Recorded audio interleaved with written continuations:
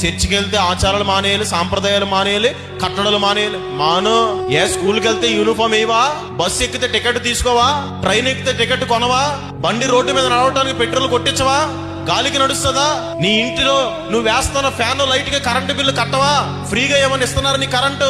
మరి ఇవన్నీ చేసినప్పుడు యేసు ప్రభు నమ్ముకున్న నీవు కొన్ని వదులుకోవాలి. నీ జీవితాన్ని అపవిత్రపరిచి, నీ జీవితాన్ని పతనం చేసి, నీకు ఆరోగ్యం లేకుండా చేసి, నీకు నెమ్మది లేకుండా చేసి, పవిత్రత లేకుండా చేస్తున్నటువంటి కొన్ని లోక సంబంధమైన ఆచారాలు నువ్వు మానుకోవాలి. అవి ఎవరైనా చేస్తే వారితో నువ్వు ఏకీభవించకూడదు. ద్వితీయోపదేశకాండం 4:2 నీ దేవుడైన యెహోవా ఇచ్చిన ఆజ్ఞలను మీకు ఆజ్ఞాపించుచున్నాను, వాటిని గైకొనుట యందు నేను మీకు ఆజ్ఞాపించిన మాటతో దేన్ని కలపకూడదు, దానిలో నుండి దేన్ని.